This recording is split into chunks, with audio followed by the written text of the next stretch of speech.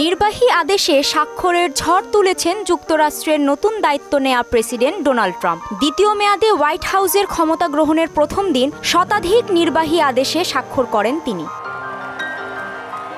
শপথ গ্রহণের কিছুক্ষণ পরে ট্রাম্প যেসব নির্বাহী আদেশে সই করেছেন তার মধ্যে শুরুতেই তিনি বাইডেনের আমলের ৭৮টি নির্বাহী আদেশ বাতিল করেন, যার মধ্যে আছে কিউবাকে সন্ত্রাসীদের আশ্রয়স্থলের তালিকা থেকে বাদ দেয়া, ফিলিস্তিনের পশ্চিম তীরে অবৈধ দখলদার ইসরায়েলিদের ওপর দেয়া নিষেধাজ্ঞা। এছাড়া প্যারিস জলবায়ু চুক্তি থেকে বেরিয়ে আসার আদেশেও সই করেন তিনি।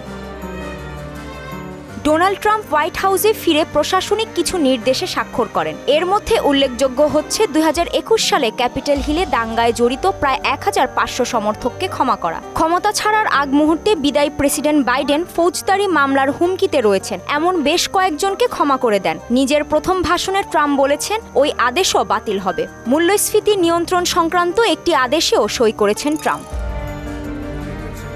ট্রাম্প তার উদ্বোধনী ভাষণে প্রতিশ্রুতি দিয়েছিলেন অবৈধ প্রবেশ বন্ধ করা হবে এবং কয়েক লাখ অবৈধ অভিবাসীকে ফেরত পাঠানো হবে। সেই প্রতিশ্রুতির আলোকেই অবৈধ অভিবাসী ঠেকাতে যুক্তরাষ্ট্রের দক্ষিণ সীমান্তে জাতীয় জরুরি অবস্থা ঘোষণা করেন ট্রাম্প। এ লক্ষ্যে তিনি যুক্তরাষ্ট্র মেক্সিকো সীমান্তে আবারও প্রাচীর নির্মাণ কাজ শুরুর নির্দেশ দিয়েছেন। সেই সঙ্গে জন্মসূত্রে আমেরিকান নাগরিকত্ব বাতিলেরও সিদ্ধান্ত নিয়েছেন তিনি। এ সিদ্ধান্তের জের ধরে ট্রাম্পের বিরুদ্ধে ইতোমধ্যে দেশটির ২২টি অঙ্গরাজ্যে মামলা হয়েছে।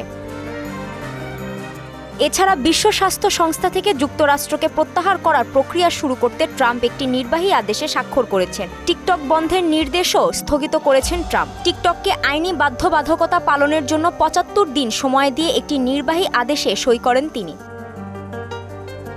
ট্রাম্প তার নির্বাহী আদেশে স্বাক্ষরের মাধ্যমে বিশ্বকে কড়া বার্তা দিয়েছেন। কমান্ডার ইন চিফ বল অনুষ্ঠানে দেয়া এক ভাষণে আমেরিকাকে শত্রুমুক্ত করার প্রতিশ্রুতিও দেন তিনি।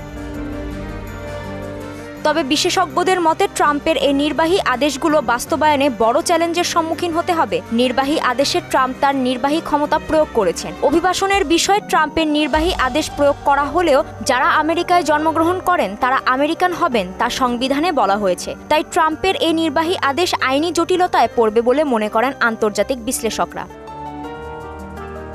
কাজী শাহরিন, মোহনা সংবাদ।